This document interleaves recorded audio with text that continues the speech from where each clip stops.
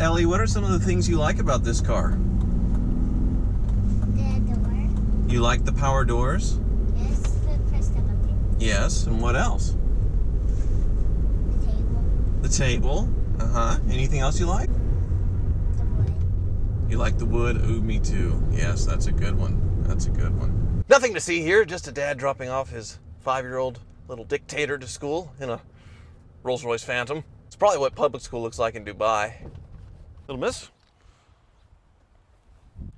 Be sure to share the Grey Poupon. Thank you. Have a nice day at school. This is normal. This looks very normal.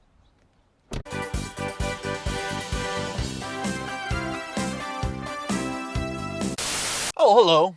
Not only am I dumb enough to buy a heavily used 2005 Rolls-Royce Phantom with various issues, I'm also crazy enough to use it as a daily driver. My purple Phantom has been lined up with minivans for school runs, gone on grocery shopping runs as well for Grey Poupon, along with various other errands.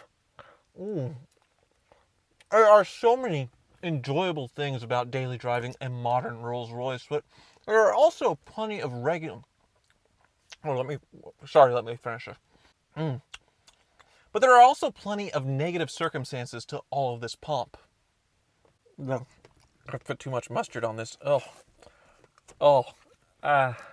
For a written account of the pluses and minuses of Phantom ownership, linked below is an article I wrote for autotrader.com/oversteer. Now, I've already covered many of the things that I love about this Phantom in my first video, comments which mostly revolved around its design and build quality. It goes against the grain of modern luxury cars where technology is the primary measurement of luxury, and goes back to a time before infotainment systems when the quality of the construction and materials really mattered. It's almost like the person that designed this interior was reanimated from the 18th century and a carpenter, since the interior resembles those ornate cabinets from that period with tons of little hidden surprises. Now, you see these cabinets getting 6-figure appraisals on Antiques Roadshow, and I bought my Phantom, a whole car attached to all this beautiful woodwork, for way less than that. And I think to show you all this stuff again, we'll have to do a beautiful musical interlude.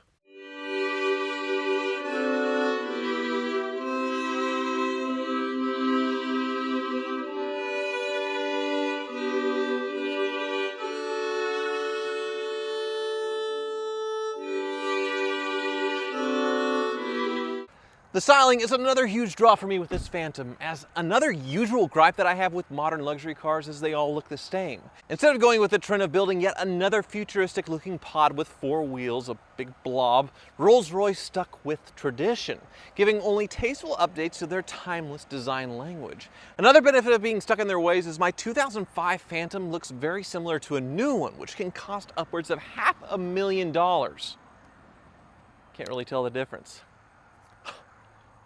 I'm also a huge fan of the huge size of this Phantom, as it truly is half an inch longer than a Ford Excursion, making it a total throwback to the land yacht era of cars. Unlike most modern luxury cars, no attention is paid to making this car feel sporty or fast. The only goal is to deliver the ultimate luxury experience. Despite its ridiculous size, the car isn't that difficult to drive at all, and the practicality from that standpoint really surprised me. Of course, the running costs make any thoughts of this Phantom being practical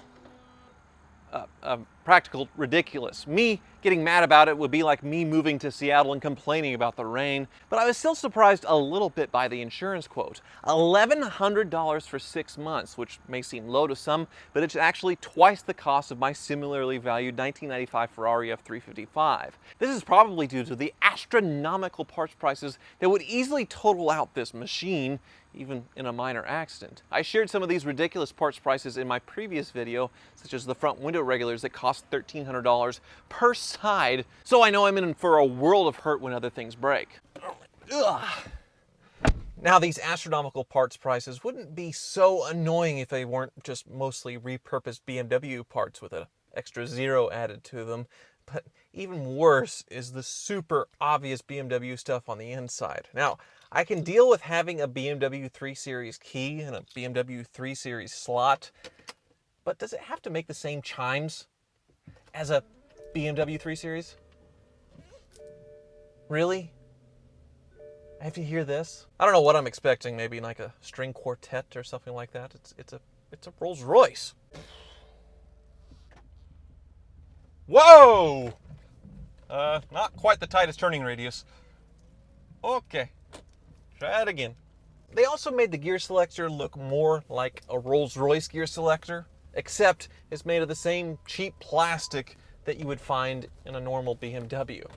It's really unattractive, and it doesn't go with the rest of the interior of this car that is so top-notch, so high quality. And then the steering column and its associated bits are really cheap looking. Now the cherry on top for all of this is definitely the iDrive system, the much maligned early infotainment that BMW offered, and they put it in this Rolls Royce, but at least it can be tucked away with the push of a button. I can forget that it ever existed behind this analog clock. Unlike the iDrive, there is no way that you could hide yourself away driving around this Rolls Royce Phantom.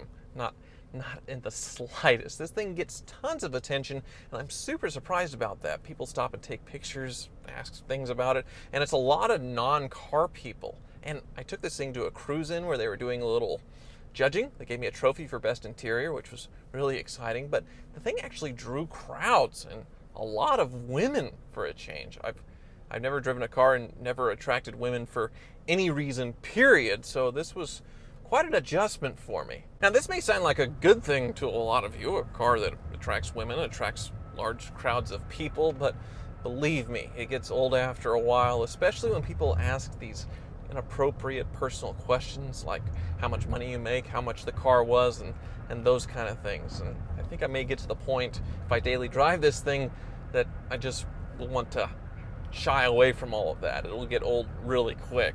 This door is huge! Now, speaking of women I referred to earlier, I actually had one email me after seeing the video who actually recognized this car. She said she had the title for it, and she said that it was sold from her grandfather's estate illegally. Now, obviously, I freaked out, and I replied to her email, and she insisted that I call her at 11 o'clock at night. Weird. So I did, and it was actually legit. She verified the VIN number and then told me the story of her grandfather, who wasn't that wealthy of a man, but he got dementia and he blew his entire retirement savings buying not just this Phantom, but another Rolls-Royce Phantom, a pair of Rolls-Royce Phantoms. Because why not? He later died, and this woman, his granddaughter, who is the executor of the estate, asked a local dealer to sell it for her on consignment. This is 4 years ago. He sold it for one very high number and then told her that he sold it for a much lower number, which she refused to accept. And since she had the title in hand, she thought she still owned the car. Now, it appears the dealer may have faked a few signatures to get a duplicate title and sold it anyway. And after she refused the check for the low amount, they've been in a legal battle ever since over this car.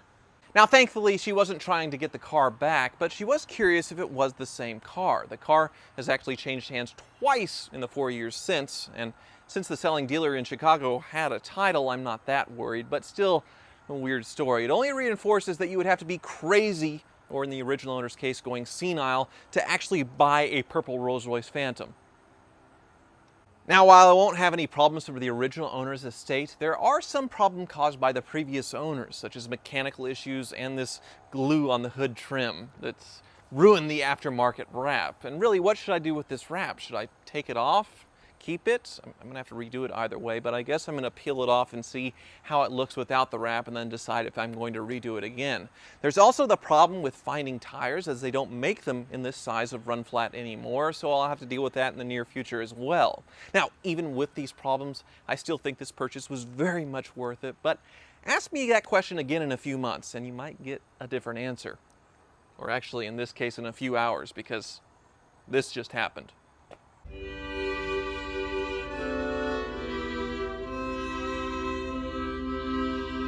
Oh dear. I know. Anyway, thank you for watching.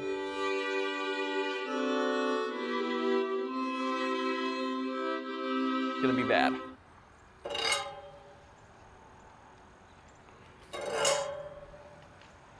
Playing the harp? I'm on a boat, I'm on a boat, I'm on a boat, I'm on a boat. Look at me, mother, 'cause I'm on a boat. Yeah. And what are some things you don't like? I don't like you. What? Be nice.